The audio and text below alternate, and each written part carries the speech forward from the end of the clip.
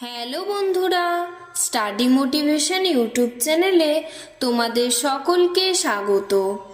আজকে আমি তোমাদের সামনে শিশু দিবস সম্পর্কে একটি খুব সুন্দর বক্তব্য তুলে ধরব, তাই ভিডিওটি স্কিপ না করে সম্পূর্ণ মনোযোগ সহকারে দেখো। শিশুরা বাগানের কুঁড়ির মতো, খুব যত্ন সহকারে ওদের দেখভাল করতে হয়। ওরা দেশের ভবিষ্যৎ, আগামীকালের নাগরিক। একমাত্র সঠিক শিক্ষাই পারে একটা সুন্দর সমাজ গড়ে তুলতে। কথা বলেছিলেন পণ্ডিত জওহরলাল নেহেরু। সত্যিই তাই, আজকের দিনের শিশুরাই আগামী দিনের ভারত তৈরি করবে। আমরা যেভাবে তাদের বড় করব, তা দেশের ভবিষ্যৎ নির্ধারণ করবে। পৃথিবীর বিভিন্ন দেশে বিভিন্ন সময়ে শিশু দিবস পালিত হয়। 1 জুন পালিত হয় আন্তর্জাতিক শিশু দিবস। তবে ভারতবর্ষে প্রতি বছর 14 নভেম্বর শিশু দিবস পালিত হয়। এই বিশেষ দিনটিতে শিশু দিবস পালন করার বিশেষ কারণ রয়েছে। আজ 14 নভেম্বর।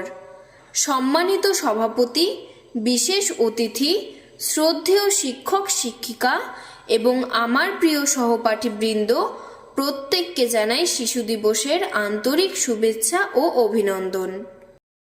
1889 সালের 14 নভেম্বর এলাহাবাদে জন্মগ্রহণ করেন আমাদের স্বাধীন দেশের প্রথম প্রধানমন্ত্রী পণ্ডিত জওহরলাল নেহেরু।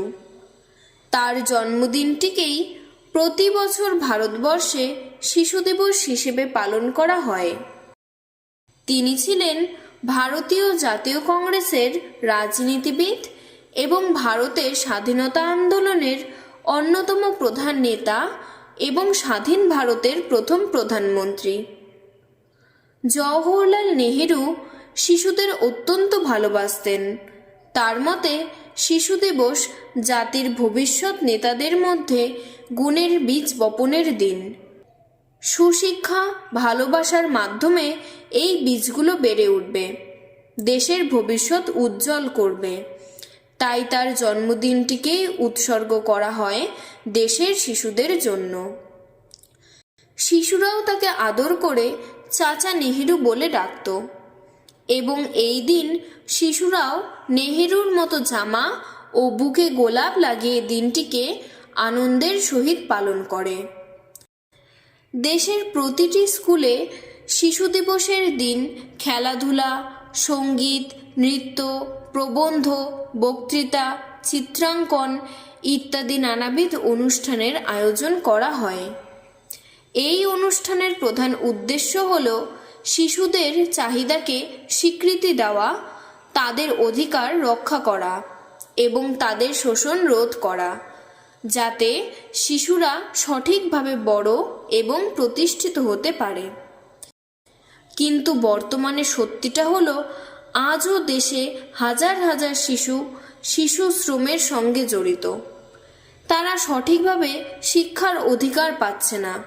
ছোট বাচ্চাদের কলকারখানা, দোকান, হোটেল ইত্যাদিতে শ্রমিকের মতো কাজ করানো হয়। তাই আমাদের প্রত্যেকের কর্তব্য আমরা যেন শিশু নির্যাতন ও শিশুশ্রম বন্ধ করতে পারি। যেসব শিশুরা আজও অবহেলিত হচ্ছে, তাদের হাতে যেন কাজের পরিবর্তে বই তুলে দিতে পারি। তবে সফল হবে শিশু দিবস এবং সাফল্য হবে পণ্ডিত জওহরলাল নেহেরুর স্বপ্নও। আমাদের এই অঙ্গীকারই পারে পণ্ডিত জওহরলাল নেহেরুর স্বপ্নের জাতি গড়ে তুলতে। এই কথা জানিয়েই আমি আজকের বক্তব্যটি শেষ করছি। আপনাদের সকলকে আবারও শিশু দিবসের শুভেচ্ছা এবং অসংখ্য ধন্যবাদ।